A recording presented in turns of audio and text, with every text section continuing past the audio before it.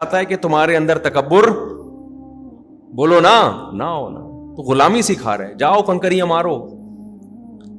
بڑے بڑے آفیسر آئے ہوئے ہوتے ہیں، کیا کر رہے ہوتے ہیں؟ جنرل باجوہ پہنچے ہوئے تھے نا، چیف آف آرمی اسٹاف گیا ہوا ہے، احرام کی چادر پہن کے کیا کر رہے؟ اٹھا کے کنکری مار رہے. دوسرے مذاہب کے لوگ کہہ دیتے ہیں کہ ان کی رسم ہے، ہر مذہب میں کچھ رسمیں ہوتی ہیں، تو مسلمانوں کے ہاں بھی کیا ایک رسم ہے؟ نا رسم نہیں ہے بھائی. رسم پہ کوئی 18 لاکھ خرچ، کسی ہندو سے کہو کہ 18 لاکھ دے کے جاؤ وہاں 7 کنکریاں مار کے آؤ، رسم ہے، وہ کہے گا میں نہیں 18 لاکھ خرچ کر رہا. کرے گا وہ؟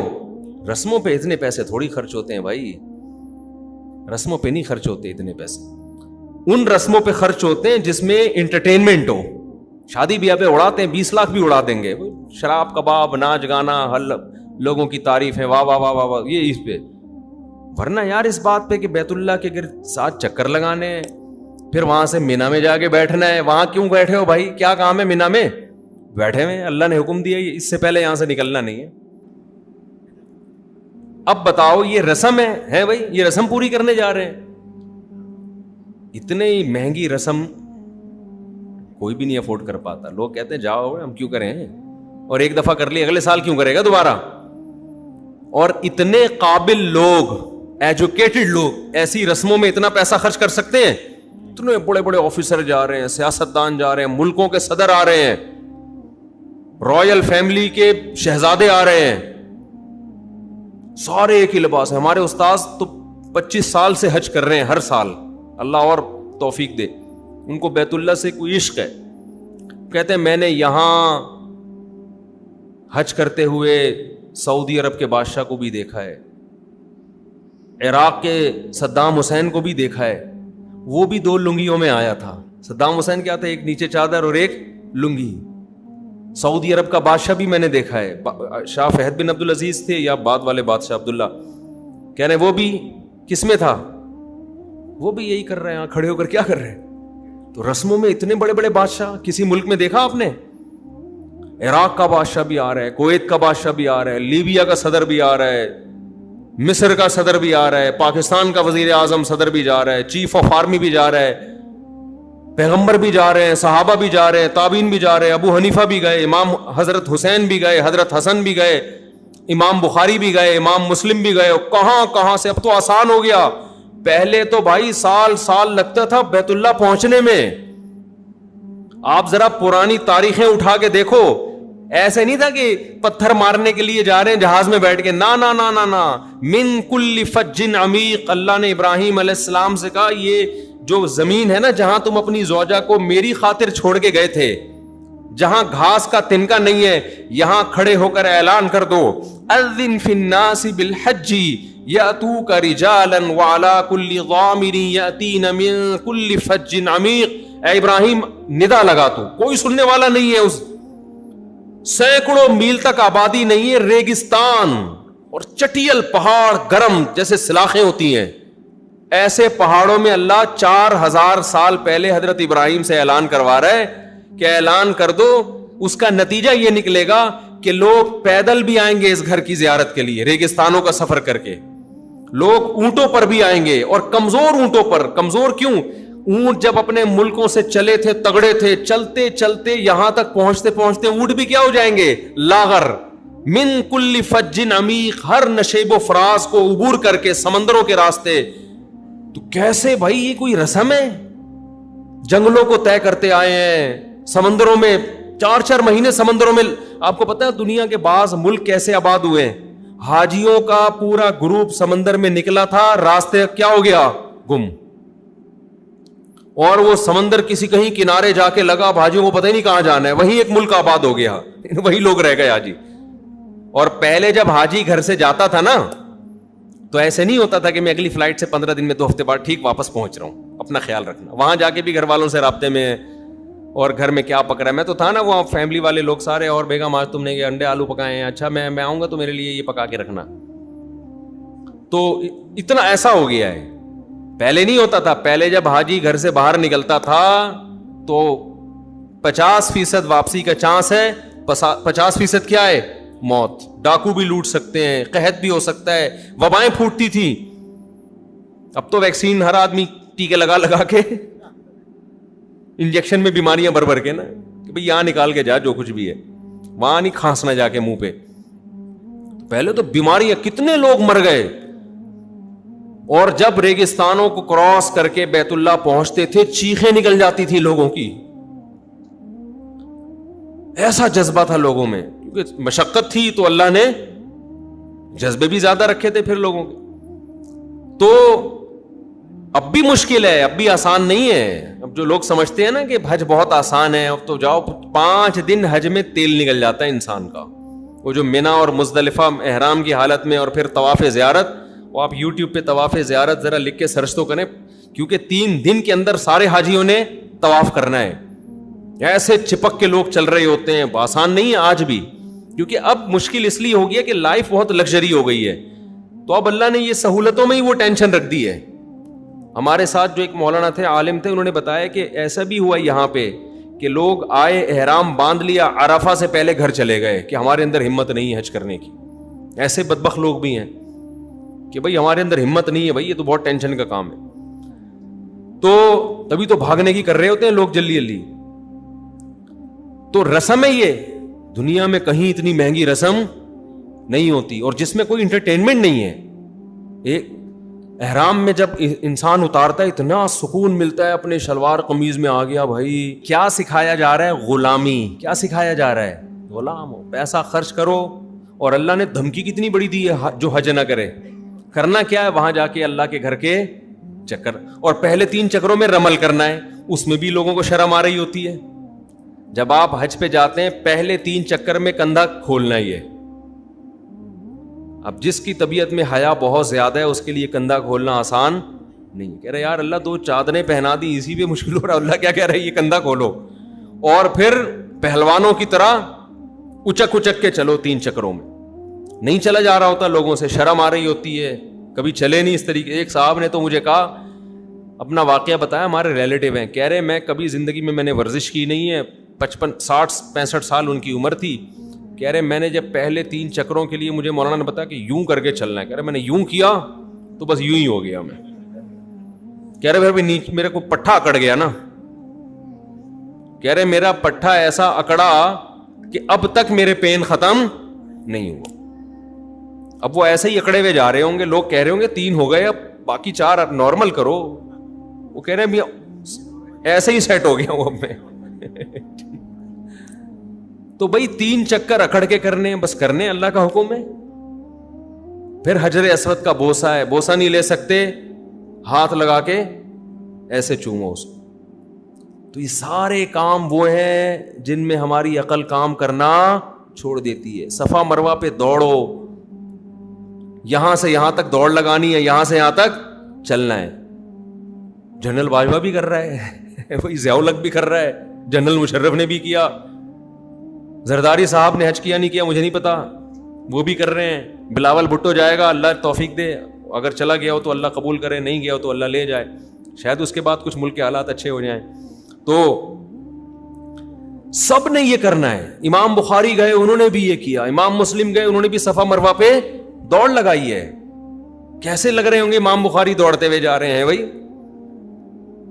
امام ابو حنیفہ دوڑتے ہوئے جا رہے ہیں, ابو بکر صدیق دوڑتے ہوئے جا رہے ہیں, حضرت عمر دوڑتے ہوئے جا رہے ہیں, پیغمبر صلی اللہ علیہ وسلم دوڑتے ہوئے جا رہے ہیں. تو کیا ہے اسلام, کیا سکھانا چاہتا ہے؟ عبودیت. تم کس کے غلام ہو؟ اللہ کے. اس کے بغیر آپ کی نیکی دنیا قبول کرے گی, اللہ قبول نہیں کرے گا. تو میں بتا رہا تھا غیر مسلم اس پہ اعتراض کرے گا, بھائی اتنا پیسہ یار تم خرچ کر کے جاتے ہو, یہ اپنی کنٹری میں لگا دو, یہ بیوہ کو دے دو, یہ فلانے کو دے دو. ہم کہیں گے بھائی پہلے کس کا حق ہے؟ ہم تو بیوہ پہ خرچ بھی کس کے کہنے سے کرتے ہیں؟ اللہ نے کہا ہے. قرآن کے الفاظ دیکھو نا, وَيُطْعِمُونَ الطَّعَامَ عَلَى حُبِّهِ, اللہ کہتے ہیں ہمارے نیک بندے غریبوں کو کھانا کھلاتے ہیں. یہاں تک کہ جملے میں ہم میں اور غیر مسلم میں کوئی فرق نہیں ہے. ہم بھی کہتے ہیں نیک بندے غریبوں کو کھانا کھلاتے ہیں, ہندو بھی کہتا ہے نیک بندے غریبوں کو کھانا کھلاتے ہیں, عیسائی گورے بھی کہتے ہیں نیک بندے غریبوں کو کھانا کھلاتے ہیں. اچھی علامت ہے نا غریبوں کو کھلانا. بل گیٹس بھی کہتا ہے اچھے بنو اور غریبوں کو کھانا کھلاؤ. وہ کہتا ہے میں بھی کھلاتا ہوں, تم بھی کیا کرو, کھلاؤ. لبرل لوگ جو خدا کو نہیں مانتے وہ بھی کہتے ہیں اچھا انسان, نائس پرسن, جو غریبوں کو کھانا کھلائے. انگلش میں کہتے گا وہ, زیادہ سے زیادہ اردو میں شرم آ رہی ہوگی اس کو, نیک بولنے کے بجائے بولے گا نائس پرسن ہے, غریب کو پور بول دے گا. تو یہ اس پہ سب متفق ہیں, کوئی اردو میں ڈیفائن کر رہا ہے, کوئی انگلش میں, کوئی پشتو میں, لیکن قرآن کہہ رہا ہے نا نا نا نا نا نا نا, میری نظر میں نیک کی ڈیفینیشن یہ نہیں ہے. وَيُطْعِمُونَ الطَّعَامَ پہ تو ساری دنیا متفق ہے. یہ سمجھانے کے لیے مجھے پیغمبر کو بھیجنے کی ضرورت نہیں تھی. آگے جملہ ہے, وہ پیغمبر تمہیں بتائیں گے, میں وہی کر کے پیغمبر پہ نازل کروں گا سورہ دہر کی آیتیں, اور میرا کلام پیغمبر نقل کریں گے. وَيُطْعِمُونَ الطَّعَامَ عَلَى حُبِّهِ. علا پتہ ہے کسے کہتے ہیں؟ علا کا مطلب ہوتا ہے اوپر. کیا مطلب علی حبہ؟ میں کہتا ہوں نا القلم علی الطاولہ, تو مطلب کیا ہے؟ قلم تپائی پر رکھا ہوا ہے. القلنسوۃ علی الرأسی, علی کا مطلب کیا ہوتا ہے؟ پر. اردو میں جس کو ہم پر کہتے ہیں نا, اوپر. میں کہتا ہوں پگڑی یا ٹوپی میرے سر کے اوپر ہے. اب قرآن کے لفظی ترجمہ دیکھو, یہ لوگ لوگوں کو کھانا کھلاتے ہیں علی حبہ, محبت کے اوپر, یعنی محبت اللہ کی نیچے ہوتی ہے اور کھانا کیا رکھا ہوا ہوتا ہے؟ اوپر. لفظی ترجمہ اس کا یہ ہوگا, یہ کھانا اللہ کی محبت کے گویا اوپر رکھ کے کھلاتے ہیں. لفظی ترجمہ یہ, اللہ کی محبت نیچے ہے, کھانا اس کے, ارے ہونا تو یہ چاہیے کھانا پلیٹ کے اوپر رکھ کے کھلائے نا. بہت مشکل ہے یار بات سمجھانا. کھانا کھلائیں پلیٹ پہ رکھ کے, میز پہ رکھ کے, دسترخوان پہ رکھ کے. اللہ کیا کہتے ہیں؟ اللہ کی محبت پہ رکھ کے کھلاتے ہیں. کیا مطلب؟ کوئی چیز کسی چیز کے اوپر رکھی ہوتی ہے تو نیچے والی چیز اس کی بیس ہوتی ہے, بنیاد. نیچے والی چیز کیا ہوتی ہے؟ بیس. وہ ہٹائیں گے تو وہ چیز گر جائے گی. ایک چیز میز پہ رکھی, میز ہٹائیں گے تو کیا ہوگی؟ گر جائے گی. گر کا مطلب ختم. اللہ کہتے ہیں محبت کی تپائی نیچے سے ہٹا دو نا, ان کا کھانا ختم. اللہ کی محبت کی میز کے اوپر ان کا کھانا رکھا ہوا ہوتا ہے, جو اللہ کے بندوں کو کھلا رہے ہوتے ہیں. یہ میز اگر کھینچ دی جائے تو کھانا دھڑام سے گرے گا, ختم. کیا مطلب؟ کھانا کھلانے کی بنیاد اللہ کی محبت ہے, اس کے علاوہ کوئی اور چیز نہیں ہے. یہ والا کھانا اللہ کی نظر میں نیکی ہے. اگر وہ کھانا جس کی بیس خدا کی محبت نہ ہو, اللہ کو راضی کرنے کا جذبہ نہ ہو, اللہ کی رضا کی تلاش نہ ہو, اس کھانے کو اللہ لفٹ نہیں کرا. کھلاتے رہو پوری دنیا کو, اللہ کہیں گے ٹھیک ہے پبلک تمہیں اس کا بدلہ دے دے گی. غریب شکریہ ادا کر دے گا اور غریب تم سے خوش ہو جائے گا, اور لوگ بھی واہ واہ کر دیں گے بل گیٹس نے اتنے لوگوں کو کھانا کھلایا اور بل گیٹس بہت اچھا ہے, تو بس یہ تعریف ہو گئی نا, ختم. اللہ کی نظر میں یہ نیکی نیکی. میں سمجھا پا رہا ہوں اپنی بات؟ تبھی آگے قرآن نے اسی کو مزید ڈیفائن کیا کہ چونکہ ان کی نظر میں جب یہ کھانا کھلاتے ہیں تو جس میز پہ رکھ کے کھلاتے ہیں وہ میز کیا ہوتی ہے؟ اللہ کی محبت. علی حبہ, اس اللہ کی محبت میں, یعنی بیس اس کی اللہ کی محبت ہے. یہ بیس نہ ہوتی تو کھانا بھی نہ ہوتا, اور یہ بیس ہوتی تو یہ کھانا بھی ہے. یہ دونوں لازم ملزوم ہے. جذبہ ان کا اللہ کو راضی کرنا ہے, غریب کو خوش کرنا نہیں ہے. خوش بھی غریب کو اگر کر رہے ہیں تو اللہ کو خوش کرنے کے لیے.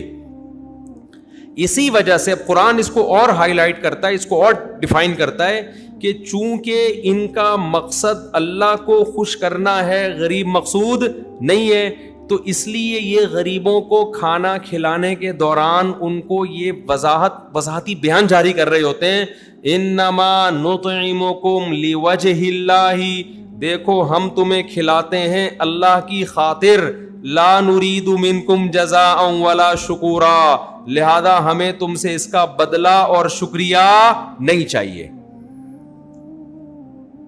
میں سمجھا پا رہا ہوں اپنی بات؟ یعنی اللہ کہتے ہیں کہ یہ بات غریب کو بھی بتا دیتے ہیں, کیونکہ بعض دفعہ انسان کوئی کام کر رہا ہوتا ہے, شو یہ کر رہا ہوتا ہے میں اللہ کے لیے کر رہا ہوں, غریب کے لیے نہیں کر رہا, لیکن اس کو یہ ہوتا ہے کہ کر تو میں اللہ کے لیے رہا ہوں, لیکن اس غریب کے دل میں بھی تو کوئی خیال آئے گا نا, یہ اگرچہ غریب ہے لیکن بڑے باپ کا بیٹا ہے یا بڑے تعلقات ہیں, تو کل یہ میرے کام بھی آ سکتا ہے. کم سے کم یہ میرا شکریہ ہی ادا کرے گا تو مجھے خوشی ہوگی. تو اس کو بتا دیتے ہیں بھائی اس تکلف کی بالکل بھی ضرورت نہیں ہے, ہم تو اللہ کے لیے کھلا رہے ہیں تمہیں, ہمیں نہیں بدلہ چاہیے اس کا. یہ ہے اسلام اور غیر اسلام میں فرق. اسلام آپ سے اللہ کی غلامی, اسلام کہتے ہیں جتنی نیکیاں ہیں نا اس کی بنا کیا ہونی چاہیے, خدا کی غلامی, عبودیت. تبھی وہ اس غلامی سکھانے کے لیے ہم سے ایسے کام بھی کروائے جاتے ہیں جو بظاہر illogical ہوتے ہیں, یہ بتانے کے لیے کہ تو اپنے آپ کو سمجھتا کیا ہے. اگر اسلام میں صرف یہی حکام ہوتے ہیں نا, غریبوں کو کھانا کھلاؤ, بیواؤں کی مدد کرو, تو پھر غلامی کہاں سے ثابت ہوتی؟ یہ کیسے پتا چلتا یہ اللہ کو مان کے کر رہا ہے, یہ اللہ کی مانے بغیر اپنے جذبے سے؟ اللہ نے ایک علامت بتا دی کہ کچھ احکام ایسے دوں گا, پیسہ بڑا خرچ ہوگا, محنت بہت ہوگی, آؤٹ پٹ بظاہر کچھ بھی نہیں ہوگا اس کا, وہ ہے قربانی ہے. تو میں وہ مثال دے رہا تھا, قربانی ہے, حج ہے, اور بہت سارے احکام ہیں. تو میں یہی سمجھا رہا تھا کہ آپ بل گیٹس کو یہ کہیں کہ 100 دفعہ صبح پڑھا کرو لا الہ الا اللہ وحدہ لا شریک لہ لہ الملک ولہ الحمد یحیی و یمیت, کہ وہی اللہ ہے جو زندگی دیتا ہے, وہی اللہ ہے جو موت دیتا ہے. ڈاروین کو نکالو اپنی کھوپڑی سے. وَهُوَ عَلَى كُلِّ شَيْءٍ قَدِيرٌ.